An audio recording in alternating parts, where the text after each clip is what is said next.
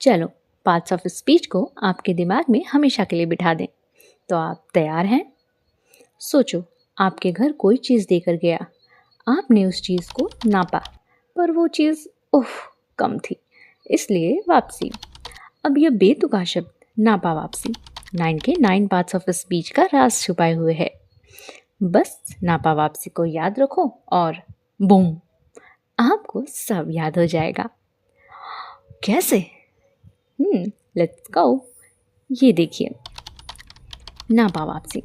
N for noun, A for article, P for pronoun, A for adjective, V for verb, A for adverb, P for preposition, C for conjunction, I for interjection।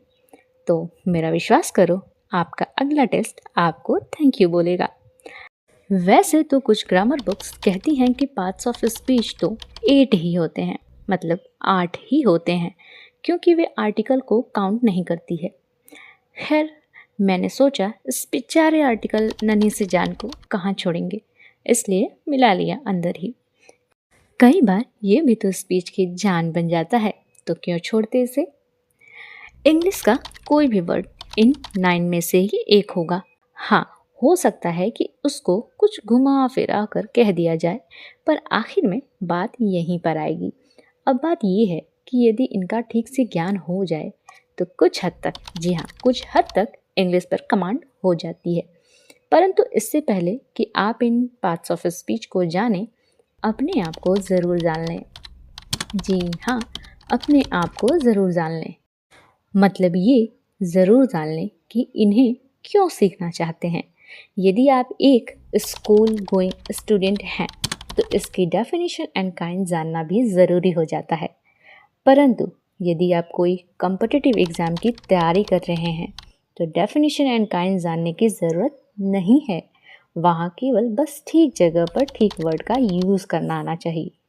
जबकि यदि आप just speaking, जी हाँ just speaking सीखना चाहते हैं तो ये parts of speech क्या होते हैं, इन्हें जानने की बिल्कुल भी ज़रूरत नहीं है।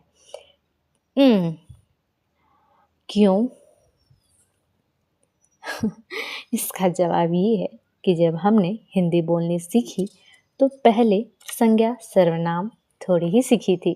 बस बोलते गए, थोड़ा बोलें ज़्यादा बोलें, कभी गलत बोलें कभी सही, पर बोलें और रोज़ बोलें। दूसरों की नकल की और आगे बोल ली। बहुत से ऐसे लोग हैं जिन्हें हिंदी का अक्षर ज्ञान भी नहीं होता, न पढ़नी आती न लिखनी, फिर भी बोलते हैं बिल्कुल सही। आओ घर चलते हैं। घर? जी हाँ, मेरे नहीं, पार्ट्स ऑफ स्पीच के घर चलते हैं। जी हाँ, आओ अब पार्ट्स ऑफ स्पीच के घर चलते हैं। इस फैमिली में 9 मेंबर्स हैं। सभी का अपना अलग नेचर, कैरेक्टर और इंडिविजुअलिटी है। परंतु इसका मतलब ये नहीं है कि जो वर्ड एक बार नेम का काम कर सकता है वो एक्शन का काम नहीं कर सकता। जगह के अनुसार इनकी आइडेंटिटी, जी हाँ पहचान बदल सकती है। एक ही वर्ड अलग अलग जगह पर अलग अलग पार्ट्स ऑफ स्पीच का काम कर सकता है। ये सब डिपेंड करेगा कि वो किस सेंस में आया है। So let's see in another video. Like और शेयर करें अगर आप इस अजीब शब्द को कभी नहीं भूलेंगे।